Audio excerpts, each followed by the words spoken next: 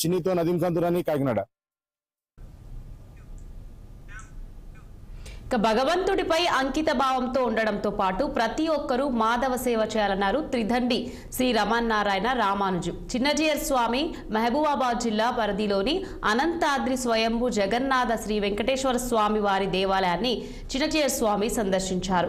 ఆలయానికి వచ్చిన చిన్నజీయర్ స్వామికి ఆలయ అర్చకులు సాంప్రదాయ పద్ధతిలో స్వాగతం పలికారు. శ్రీవారి సేవకు వినియోగించే నూతన రథాన్ని ఆలయంలో చిన్నజీయర్ స్వామి ముఖ్య అతిథిగా హాజరై ఆవిష్కరించారు. అనంతరం ఉత్సవమూర్తుల సంప్రోక్షణ పూజలు నిర్వహించి భక్తులను ఉద్దేశించి అనుగ్రహ భాషణం చేశారు. విద్యార్థులు విజ్ఞానవంతులై దేశ అభ్యున్నతికి పాటుపడాలని చిన్నజీయర్ స్వామి పేర్కొన్నారు. భగవంతుడి దయకు స్త్రీ పురుష అనే భేదభావం లేదని, భగవంతుణ్ణి అంకిత భావంతో విశ్వాసంతో కొలిసినప్పుడే ఆయన అనుగ్రహం మనకు తప్పక లభిస్తుందన్నారు. భగవంతుడు సృష్టించిన ప్రకృతి ఇతర రత్నాలను మనం నాశనం చేయొద్దని సూచించారు చిన్నజీయర్ స్వామి. సేవయే అని ఎంతమంది అంటుంటారు, ఎంతమంది ఆయన ఒప్పుకుంటారు?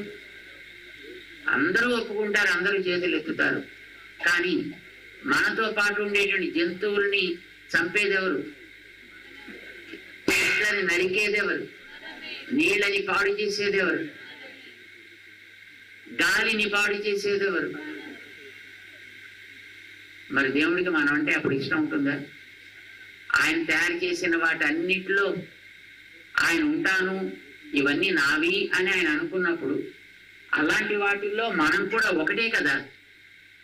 అలాంటి ఒకటైన మనం మిగతా వాటిని మనం పాడు చేస్తున్నాం అంటే దేవుడికి మన మీద ప్రేమ ఉంటుందా?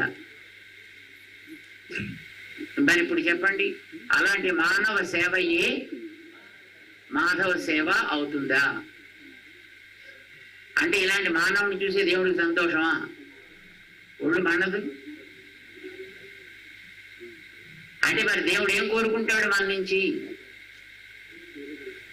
చెట్లని కాపాడు, నీటిని పవిత్రంగా అట్టేపెట్టు, నేలని పరిశుద్ధంగా అట్టేపెట్టు, మిగతా జంతువులని కూడా చక్కగా జాగ్రత్తగా చూసుకో, పశువుల్ని పక్షుల్ని జాగ్రత్తగా కాపాడుకో, వాటితో పాటు కలిసి నువ్వు కూడా బతకవా అంటాడు తప్ప వాటన్నిటిని నాశనం చేస్తూ బతకమంటాడా?